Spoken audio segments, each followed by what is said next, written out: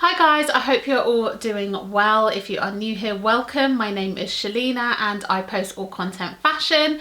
So if fashion is your thing, then please do consider sticking around and subscribing. I would love to have you here. In today's video, I want to talk to you about ways you can stay cool during the summer months. I am in a jumper. It is the 2nd of July.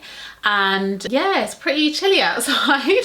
So this feels like a bit of a weird topic to be talking about today. But I'm sure many of you are probably heading off on a summer holiday soon, or it's probably warm where you are, hopefully, not too hot. So I hope you find these tips useful. Let's jump straight into the video. Okay, so the first tip is stick to natural fabrics. I'm talking cottons and linens mainly for summer. I would also add silk into the mix as well. So cottons will allow air to flow around quite easily and it will keep you cool as well, which is what you want in the summer months. Linen does the same thing, and the great thing about linen is if it does get wet, it will dry pretty quickly, which is great if you find yourself sweating at points. And obviously linen does tend to wrinkle quite easily, but I feel like wrinkles kind of lends itself nicely to that kind of fabric. I don't feel offended when I see someone in a wrinkled linen shirt, or if my linen shirt gets wrinkled. It's just the nature of the fabric, and I personally think it looks fine and looks quite relaxed. With silks, the only issue is that if you do tend to get maybe sweat patches under your arms or anything like that, once it dries, it will probably leave an outline. I think this is less so on linen. So you'd probably have to experiment with the different fabrics to see which one works best for you. But I would definitely try and stick to those 3 fabrics. If you are looking at fabric mixes, try and find something that has a higher percentage of natural fiber, like as I've just mentioned, linen, cotton or silk. That will really help. Things that I would avoid would be anything polyester or nylon. In hot weather, this is definitely going to make you sweat a lot. It will also make you smell quite badly. So especially if you are prone to sweating. I always sweat on my face. I never sweat on my underarms. Problem in itself, I guess. So yeah, do avoid polyester and nylons, especially if you have quite many pits, quite sweaty pits. Another fabric I would definitely swerve is denim. Denim is quite heavy for the summer. It will definitely keep the hot air trapped in there.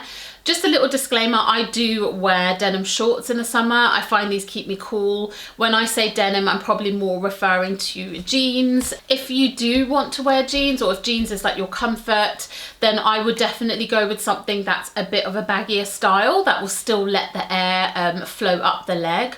You probably want to avoid things like skinny jeans. That will definitely get you hotter quite quickly. If you do like the denim look, then opt for something like chambray. It still gives a denim look, but it's a lot lighter, a lot more flowy, and it will keep you cooler. And the next thing is go for loose fitting or flowy fabrics.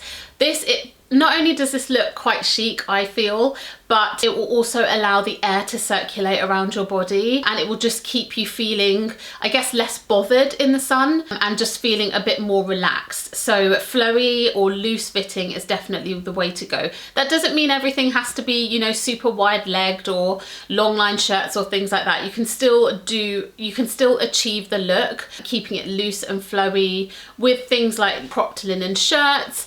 You could go for linen trousers that aren't skin tight. So, you know, even just a linen cigarette style pant will still be better than wearing something that's polyester in the same style. Okay, next is wearing lighter coloured clothes. Now, I personally love wearing colour in the summertime. It's just definitely a time where the brights come out for me. The thing with lighter colour clothes is they will reflect the light, so it won't absorb all the heat. If you are more of a neutrals person, even in the summertime, then you could just go for whites or beiges or oatmeals, things like those kind of tones. The only caveat to that is that darker colours do a better job of protecting the skin from UV rays. So that's something to bear in mind if you're going to be in the sun all day. I think the best thing you can do is just make sure you are applying sunscreen regularly, reading the bottle, because a lot of sunscreens require you to put them on, you know, at least half an hour before you're going out into the sun. So just make sure you do follow the instructions and you're protecting your skin from the sun. Okay, so the next thing to consider, or maybe you might want to change up in the summer months, is your underwear. So I personally prefer wearing bralettes. I wear bralettes year round, but you might want to consider going to something that's a little less tight around the body like a bra and move to a bralette for summer. I know this is not going to be convenient for everyone. I think if you have a smaller chest like me, then you will be able to wear a bralette and feel like that's enough support. But if you are bigger chested, then you will definitely need, you know, proper support of maybe an underwire bra to protect your back as well. You can then look for things that have moisture wicking technology. This will help to keep the sweat away. The underboob sweat is really real in the summer, so definitely look into something like that. I can also highly recommend these M&S bralettes. They are great at giving me some lift, but also feeling super comfortable. Okay, so the next thing to consider is your footwear. I would definitely keep your footwear somewhat open in the summer if you can. Just allows your foot to breathe a bit. And then a lot of us probably have issues with swelling feet as well during the summer months. I definitely get swelling feet sometimes, especially when I go on an aeroplane. I always get swelling feet. If you do have issues with swelling feet, then definitely get footwear that's adjustable. So sandals with straps that can open a bit wider if you need them to. Also consider wide fit. This will help a lot in the summer months. A lot of retailers do wide fit versions of their main collection shoes as well. You could also keep it open toe to allow your foot to breathe. If you're not going somewhere super smart, you could just get a more designed into flip-flop. I love flip-flops. I just find them so comfortable. I do tend to wear them a lot on holiday. I know sometimes they don't look the most put together of shoes, but I just want to be comfortable. So sometimes I just don't even care. As long as I'm comfortable and I can just get on with my day, then I'm happy to wear flip-flops. I have these ones from Accessorize that are just black. They have a slight tortoiseshell almost design on them, and I just feel like they look a bit more designed into and a bit more thoughtful, so I can wear them with my summer outfit. If you are in an office environment and open toe isn't really the office environment look, then definitely go for something that's maybe closed toe but open at the back, or you could go for some sort of like mule type of shoe that might work for you in summer, still allowing your foot to breathe somewhat. And if you're sitting at your desk, you could just kick them off whenever you wanted to. And if you are in an environment where trainers are called for, again, if you're working somewhere where you need to wear something that's a bit more comfortable, I would definitely go for a canvas trainer or a mesh trainer. Again, the mesh will allow your foot to breathe somewhat, and then do put socks on to allow the sweat to be absorbed by the sock as well. Don't forget, you can get socks that again have a moisture wicking technology, so do look out for those if your feet are definitely in a closed toe shoe for a lot of the day. And again, just bear in mind the material you're looking at. So again, I mentioned the mesh and the canvas, but if you are going for a sandal, leather will kind of be able to stretch out with your foot at the same time, whereas more synthetic materials won't be able to give you that stretch as much as something natural like leather. The next thing is wearing a hat. The skin on our faces are the thinnest on our body, so we really need to make sure we're protecting the skin on our face. I went to Ibiza recently and I took a cap with me. I did find that when I wore the cap, I felt cooler. And I felt like the sun wasn't affecting me as much as if my head was just bare. I think it's because I definitely feel, when I feel the sun on my forehead, it really drains me out. That definitely helped keep me cooler in a way, even though heat escapes from your head. It's kind of a bit of a weird one, but I definitely found that it helped. A hat will protect you from the strong sun. What I could suggest is that you have a couple of options. If you find that your week to weekend outfits are quite different, for example, if you work in an office during the week and then you are quite casual on the weekends, maybe you could have two hats that kind of cover one and the other. I don't think you need to go out and buy loads and loads of hats. Also check out secondhand websites, because there's always loads on there that are quite new. People might have bought them, but they don't suit them, whatever the case might be. So do check them out if you don't want to spend loads of money on hats. I just wear a cap because I find that's the easiest for me. I do tend to buy more straw-like hats, but I found in the past when I bought them, I don't end up wearing them for some reason, especially really wide-brimmed ones. I think they tend to weirdly give me a headache because the brim is so wide and I can't really see where I'm going.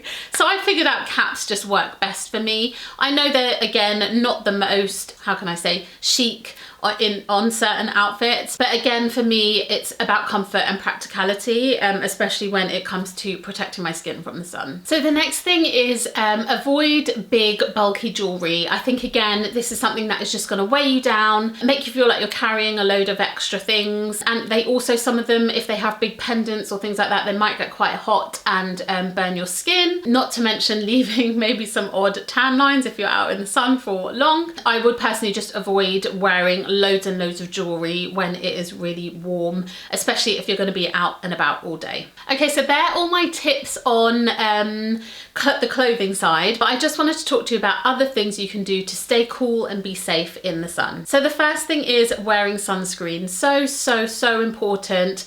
Doesn't matter what skin tone you are, I think everyone definitely needs to protect their skin from the sun. I personally wear sunscreen on my face every day, but I definitely, if it's a really sunny day, will put sunscreen, or if I'm going to be out all day in the sun, I definitely apply that to my whole body. So make sure you are protecting yourself. It's so important. Okay, and the next thing is deodorant. Please remember to put deodorant on a very hot day. You are naturally probably going to sweat. I know not everyone sweats under their arms as much, or don't emit an odor, or you may be someone who smells really strongly and you use, you know, quite high performing deodorant, whatever it may be. If you're not into putting chemicals on your skin, then there are loads of YouTube videos on how to make your own deodorant. Natural things like lemons or using baking soda and coconut oil mixed together can help you to make your own natural deodorant at home. So do give it a go if you're not into the chemicals. Another thing I would suggest, and something that I do on holiday, is simplify your skincare routine and simplify your makeup routine. It's never nice to be in the hot sun and have all your makeup melting down your face. I usually switch from a foundation to a tinted moisturizer when it's really warm. Obviously it doesn't give you as much coverage, so if you are looking for strong coverage, then I understand you probably want to stick to your foundation. But I do feel that when it's super sunny, I don't want that heavy makeup look on my face. I like to keep it a little bit more natural. Again, simplifying my skincare routine. Mine's very simple anyway. I literally moisturize, I apply sunscreen, I apply a little bit of niacinamide for my scarring, but apart from that, I don't really use anything else in terms of skincare. But simplifying your skincare routine might just help to take all the faff out of getting ready. I think when it's already hot in your house, particularly in the UK, we don't have air conditioning in our houses, a lot of us, and our houses were built to keep the heat in.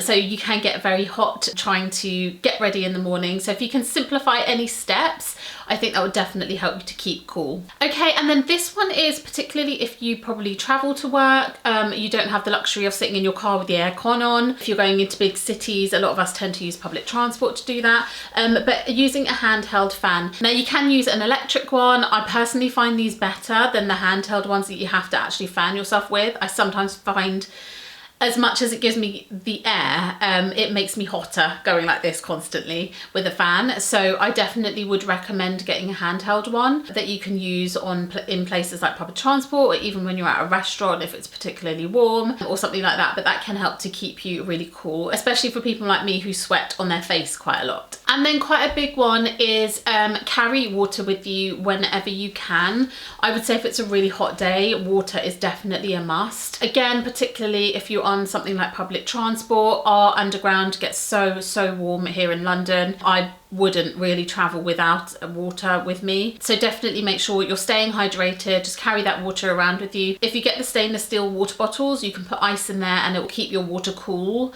for quite some time. Okay, and as I touched on a little bit earlier, it also helps to keep your home cool.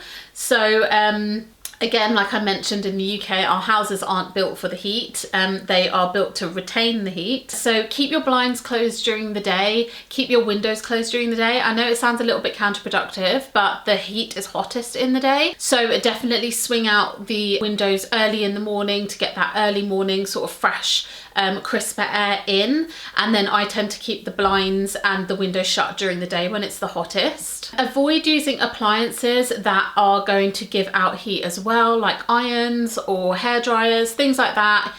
ovens that are gonna emit loads of heat and just make you hotter and make your house hotter. So if you want to keep cool and you're at home, then maybe avoid using all these things if you can. So this one also ties in with the whole big jewelry, not wearing too much on your body, and that is to carry as little as possible. Obviously carrying around stuff in the heat is going to make you tired and it's going to make you hot and bothered. So where you can, definitely avoid carrying things.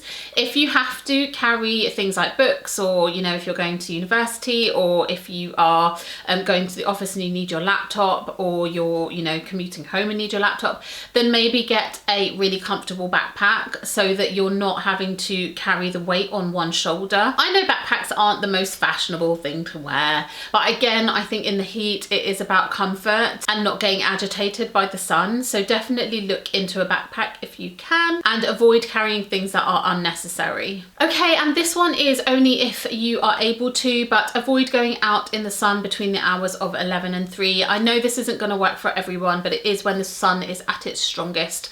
So if your lifestyle allows, then definitely stay indoors for those hours. Obviously, if you're on holiday, this isn't really going to work for you, or if you have an outdoor job, or if you are commuting to work at that time, it's not going to work. But if your lifestyle allows and you want to stay cool, then this is a great way to achieve that. And the last thing is avoid alcohol if possible, or reduce your alcohol intake if possible. Now, I love a drink when the sun is shining. I don't really drink beer, but it just definitely makes me want to have a beer, especially when I'm on holiday. So definitely avoid alcohol if you can. I'm just going to read you a couple things to do with alcohol and why you should avoid it.